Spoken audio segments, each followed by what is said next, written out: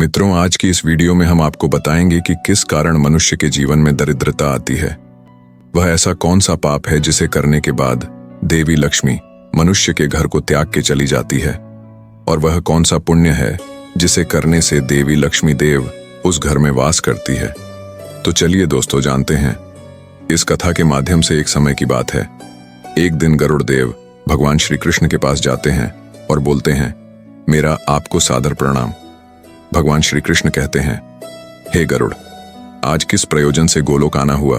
तब गरुड़ बोलते हैं, हे प्रभु, मैं आपसे आज 3 प्रश्नों के उत्तर जानने के लिए आया हूं। यदि आप मेरे प्रश्नों का उत्तर दे दें तो मेरे मन की व्याकुलता शांत हो जाएगी। तब भगवान श्री कृष्ण बोलते हैं, हे गरुड़, आपने संकोच होकर पूछिए। आप जो भी प्रश्न पूछना चाहते हैं मैं आपके प्रश्नों का उत्तर अवश्य दूंगा। तब गरुड़ देव बोलते हैं, हे प्रभु, आप मुझे बताएं, किस कारण मनुष्य के जीवन में दरिद्रता आती है? कौन सा पाप है जिसे करने से देवी लक्ष्मी मनुष्य के घर को त्याग कर चली जाती है? वह कौन सा पुण्य है जिसे करने से देवी लक्ष्मी देव घर में निवास करती है? तब भगवान श्री कृष्ण बोलते हैं, हे गरुड़, आज आपने समस्त मानव जाति के कल्याण के उद्देश्य से अत्यंत महत्वपूर्ण बात पूछी है। मैं आपको आपके प्रश्नों का उत्तर एक कथा के माध्यम से दूंगा। मेरे द्वारा सुनाई गई इस कथा को आप ध्यानपूर्वक अवश्य सुनिए। तब गरुड़ कहते हैं, हे प्रभु, कृपया आप मुझे वह कथा सुनाइए। आपके मुख से इस कथा को सुनना मेरा सौभाग्य है। मैं इस कथा को पूरा सुनूंगा और इसका प्रचार तीनों लोकों में करूंगा। भगवान श्री कृष्ण कहते हैं, हे गरुड़, जो मनुष्य सत्य का साथ देता है, ईश्वर उसका साथ कभी नहीं छोड़ते हैं। आज मैं आपको महाराज हर्षवर्धन की कथा सुनाता हूं, जिन्होंने देवी लक्ष्मी का त्याग करके दरिद्रता को ग्रहण कर लिया था। त्रेता युग की बात है। भारतवर्ष में सत्यवादी धर्मात्मा राजा हर्षवर्धन राज्य करते थे। उनका राज्य कुंतल प्रदेश पर था। उनके राज्य की प्रजा उनसे अत्यंत संतुष्ट रहा करती थी। महाराज हर्षवर्धन बड़े दानशूर और वचन का पालन करने वाले थे। वह सदैव अपनी प्रजा के हित का ही विचार करते थे। महाराज हर्षवर्धन इतने दयालु थे कि उनकी महानता का परिचय इस बात से पता चलता है। जब भी उनके नगर में कोई भी साधारण मनुष्य बिक्री करने के लिए बाजार में अन्न, वस्त्र आदि कोई वस्तु लाता, और यदि वह वस्तु सान्य काल तक नहीं बिकती, तो उसे राजा स्वयं खरीद लिया करते थे, ताकि उनके राज्य से कोई खाली हाथ ना जा सके। अपनी प्रजा के हित के लिए राजा ने यह सत्य की प्रतिज्ञा की थी। सान्य काल होते ही राजा के सेवक शहर में भ्रमण करते, और जब वे किसी को कोई वस्तु या द्रव्य लेकर बैठा हुआ देखते जिसे किसी ने खरीदा ना हो, तो महाराज के सेवक उस व्यक्ति से उन वस्तुओं की कीमत पूछते और उसकी इच्छा और जरूरत के अनुसार उस वस्तु की जो भी कीमत होती वह कीमत देकर उसकी वस्तुओं को खरीद लेते थे। इस प्रकार से महाराज के ऐसे दयालु स्वभाव को देखकर अनेक लोग प्रसन्न होकर उनकी महानता की चर्चा करने लगे। महाराज हर्षवर्धन की कीर्ति तीनों लोकों में होने लगी। देवता भी उनकी प्रशंसा करने लगे। जब यह बात धर्मराज को पता चली, तो एक दिन स्वयं धर्मराज ने ही महाराज हर्षवर्धन की परीक्षा लेने की सोची। फिर एक दिन स्वयं धर्मराज एक ब्राह्मण का वेश धारण करके महाराज हर्षवर्धन की नगरी में प्रकट हुए। उन्होंने अपने साथ टूटी फूटी चीजें, कूड़ा करकट और कचरा एक पेटी में भरकर ले लिया, अर्थात उन्होंने दरिद्रता पेटी में भर लिया, और उस पेटी को लेकर वे सत्यवादी महाराज हर्षवर्धन के नगर में उनकी परीक्षा लेने के लिए पहुंच गए। धर्मराज उस नगर के बाजार में उस दरिद्रता वाली पेटी को बेचने के लिए बैठ गए, किंतु कौन व्यक्ति कूड़ा कचरा खरीदेगा? ब्राह्मण रूपी धर्मराज दिन भर वहीं पर बैठे रहे, लेकिन किसी ने भी उनका कूड़ा कचरा नहीं खरीदा। जब सायंकाल हुई, तब राजा के सेवक हमेशा की तरह ही बाजार में घूमने लगे। जिसका भी बिक्री का सामान बचा होता उसे वे उचित धन देकर खरीद लेते थे, ताकि कोई खाली हाथ घर न जा सके। फिर उन सेवकों ने देखा कि एक ब्राह्मण अपनी पेटी लेकर बैठा हुआ है। राजा के सेवकों ने उन ब्राह्मण महाशय के पास जाकर पूछा, हे ब्राह्मण महाराज, आप इस नगर में नए दिखाई दे रहे हैं, क्या हुआ? आपका सामान किसी ने भी नहीं खरीदा, ऐसा क्या लेकर आए हैं? आप अपनी इस पेटी में महाराज के आदेश से हम आपका यह सामान खरीदने के लिए आए हैं। कृपया बताइए, आपकी इस पेटी में क्या है और इसका मूल्य कितना है? तब उस ब्राह्मण ने कहा, हे सैनिकों, मैं इस पेटी में दरिद्रता लेकर आया हूं, अर्थात कूड़ा करकट भर कर लाया हूं, और इसका मूल्य 1000 स्वर्ण मुद्राएं हैं। उस ब्राह्मण के ऐसे विचित्र वचन सुनकर वे सभी सैनिक हंसने लगे और फिर उन्होंने उस ब्राह्मण से कहा, हे ब्राह्मण, आपकी पेटी में कूड़ा भरा हुआ है, इसे कौन लेगा? इसका मूल्य तो 1 रुपए भी नहीं है। फिर उस ब्राह्मण ने कहा, हे सैनिकों, यदि इसे कोई नहीं लेगा तो मैं इसे वापस अपने घर लेकर जाऊंगा। मैंने तो सुना है कि आपके महाराज यहां से किसी भी व्यापारी को खाली हाथ वापस नहीं जाने देते, उसका सारा द्रव्य खरीद लेते हैं। लगता है मैंने आपके महाराज के बारे में झूठ सुना है।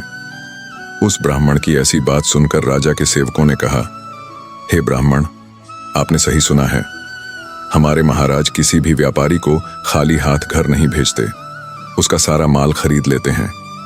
इसलिए तुम थोड़ी देर रुको, हम अभी महाराज के पास जाकर आते हैं।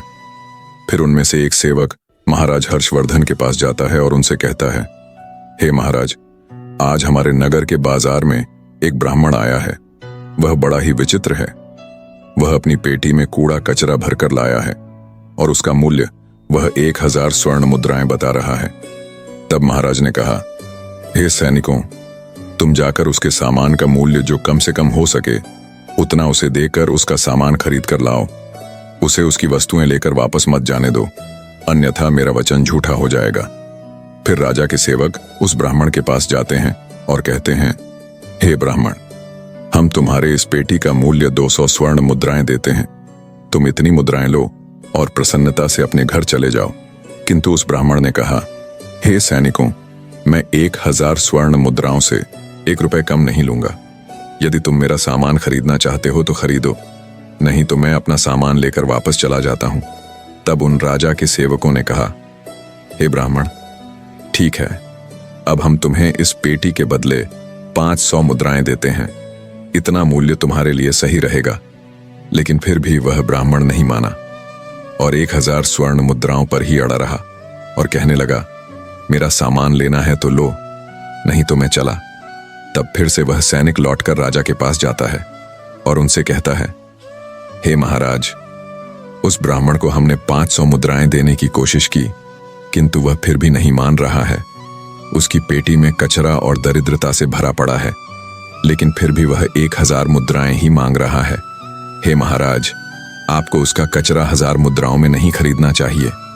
महाराज हर्षवर्धन कहते हैं, हे सैनिकों, यह मेरे सत्य की प्रतिज्ञा है।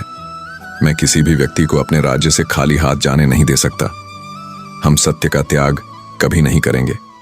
इसलिए तुम लोग जाओ और वह ब्राह्मण जो कीमत कह रहा है उसमें उसकी वस्तुओं को खरीद कर लेकर आओ। इसमें संकोच मत करो। फिर वह सही ब्राह्मण के पास लौटकर आ गए। उन्होंने उस ब्राह्मण को 1000 स्वर्ण मुद्राएं दी और उसकी दरिद्रता से भरी हुई पेटी ले ली। वह ब्राह्मण मुद्राएं लेकर चला गया और फिर सिपाही उस दरिद्रता से भरी पेटी को लेकर राजमहल में लौट आए। फिर महाराज ने उस पेटी को राजमहल के अंदर रखवा दिया। रात्रि में जब सोने का समय हुआ तब महाराज के राजमहल के द्वार से एक अत्यंत सुंदर स्त्री निकली। उस स्त्री के 4 हाथ थे, हाथों में कमल पुष्प थे।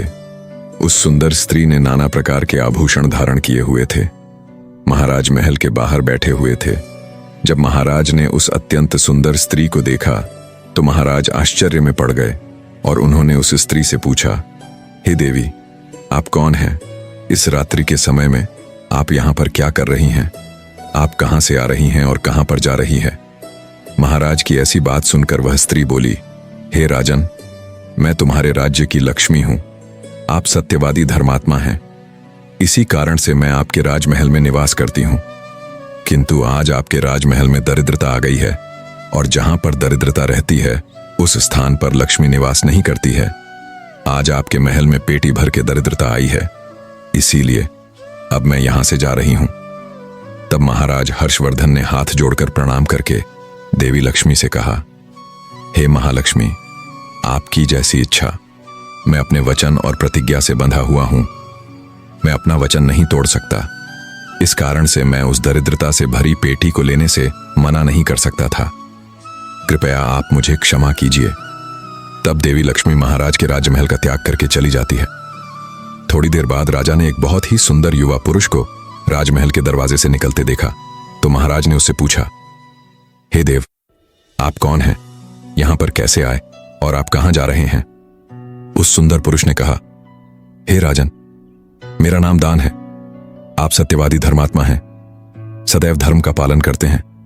इसी कारण से मैं आपके राजमहल में निवास करता था, किंतु अब देवी लक्ष्मी आपके राजमहल को त्याग कर चली गई है। लक्ष्मी के बिना आप दान कहां से करेंगे? इसलिए मैं भी अब आपको छोड़कर जा रहा हूं। तब महाराज हर्षवर्धन बोले, हे देव, ठीक है, जैसी आपकी इच्छा आप भी जा सकते हैं, किंतु मैं अपने वचन को तोड़ नहीं सकता। फिर वह दान भी महाराज को छोड़कर चला जाता है। उसके बाद अन्य एक सुंदर पुरुष राजमहल से निकलता हुआ दिखाई पड़ा। तब महाराज ने उससे पूछा, हे देव, आप कौन हैं और कहां जा रहे हैं? तब उस पुरुष ने कहा, हे राजन, मैं यज्ञ हूं। आप सत्यवादी धर्मात्मा हैं। आप सदैव दान धर्म करते थे।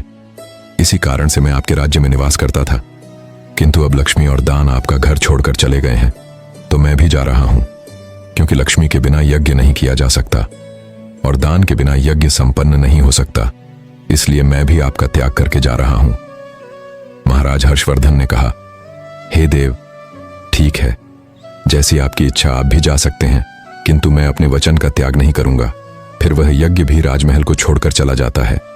फिर कुछ समय बाद अन्य एक अत्यंत सुंदर पुरुष राजमहल से जाता हुआ दिखाई देता है।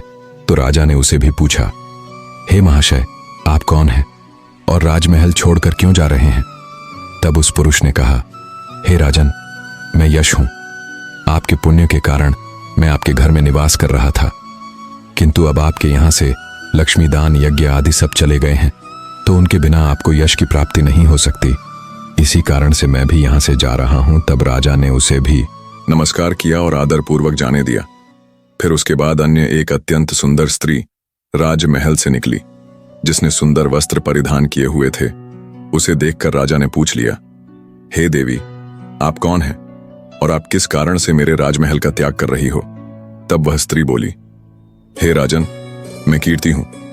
लक्ष्मी, दान, यज्ञ और यश ने भी आपका साथ छोड़ दिया है, तो उनके बिना मैं भी आपके राजमहल में नहीं ठहर सकती, इसलिए मैं भी जा रही हूं।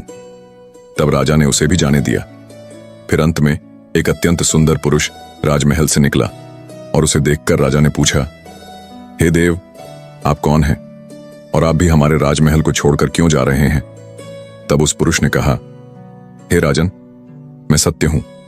आप एक सत्यवादी धर्मात्मा राजा हैं, इसीलिए मैं आपके यहां निवास करता था, किंतु अब आपके यहां से लक्ष्मी, दान, यज्ञ, यश, कीर्ति आदि सभी चले गए हैं, तो मैं भी यहां से जा रहा हूं। तब महाराज हर्षवर्धन ने कहा, हे सत्य, आप भी मेरा त्याग कर रहे हैं, किंतु मैंने तो आपका कभी त्याग ही नहीं किया। आपका त्याग न करने के कारण ही सभी मुझे छोड़कर जा रहे हैं, इसीलिए आप मुझे छोड़कर कैसे जा सकते हैं? मैंने अपने सत्य वचन का पालन करने के लिए ही दरिद्रता को अपने घर में रखा था। मैंने संसार के कल्याण के लिए यह वचन दिया था कि मेरे राज्य से कोई भी खाली हाथ नहीं जाएगा। जो भी मेरे राज्य में कोई वस्तु बेचने आएगा, यदि उसकी वस्तु कोई नहीं खरीदेगा तो उसे मैं खरीद लूंगा। इसीलिए मैंने अपने ने सत्य वचन का पालन करने के लिए उस ब्राह्मण को 1000 स्वर्ण मुद्राएं देकर उससे दरिद्रता खरीद लिया था। उसी दरिद्रता की पेटी के कारण देवी लक्ष्मी ने आकर मुझसे कहा कि वे उस स्थान पर निवास नहीं करती जिस स्थान पर दरिद्रता रहता है, और देवी लक्ष्मी के जाते ही यज्ञ, दान, यश, कीर्ति सब मुझे छोड़कर चले गए हैं। मेरे सत्य वचन का पालन करने के लिए ही मैंने उन सभी को जाने दिया, और अब आप भी मुझे छोड़कर जा रहे हैं। महाराज हर्षवर्धन की बात सुनकर वह सत्य बोला, हे राजन, यदि आपने मेरे लिए ही इन सब का त्याग किया है तो ठीक है, मैं आपका राजमहल छोड़कर नहीं जाऊंगा। आप सचमुच बड़े पुण्यात्मा और सत्यवादी हैं, इसलिए अब से मैं आपके राजमहल में ही निवास करूंगा। और वह सत्य फिर से राजमहल में लौट गया। उसके थोड़ी ही देर बाद एक सुंदर स्त्री लौट कर आ गई। उसे देखकर राजा ने पूछा, हे देवी, आप कीर्ति हैं, अब भी आप मुझे छोड़कर चली गई थी, तो फिर सा क्यों लौट कर आ गई? तब कीर्ति ने कहा, हे राजन, मुझे क्षमा करो, मैं लक्ष्मी, यज्ञ, दान, यश के बिना तो रह सकती हूं, किंतु सत्य के बिना नहीं। इसीलिए जहां सत्य रहेगा मैं भी वहीं पर रहूंगी। फिर राजा ने कीर्ति का स्वागत किया और वह राजमहल में चली गई। फिर यश वहां पर लौट कर आ गया राजा ने उससे पूछा, हे महाशय, आप तो यश हैं, आप मुझे छोड़कर चले गए थे, फिर लौटकर क्यों आ गए? तब उस पुरुष ने कहा, हे राजन, कोई राजा कितना ही बड़ा धनवान हो, दानशी हो, किंतु सत्य के बिना उसे यश प्राप्त नहीं हो सकता। इसीलिए जहां पर सत्य विराजमान रहता है मैं भी वहीं पर रहता हूं, सत्य के बिना मैं नहीं रह सकता।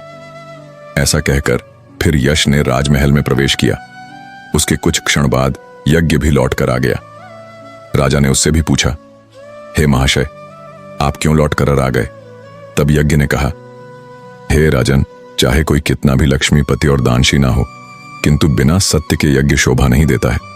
आप में सत्य विराजमान है, इसलिए मैं भी आपके पास ही रहूंगा। इतना कहकर यज्ञ भी राजमहल में वापस लौट गया। उसके कुछ क्षण बाद दान भी वापस आ गया।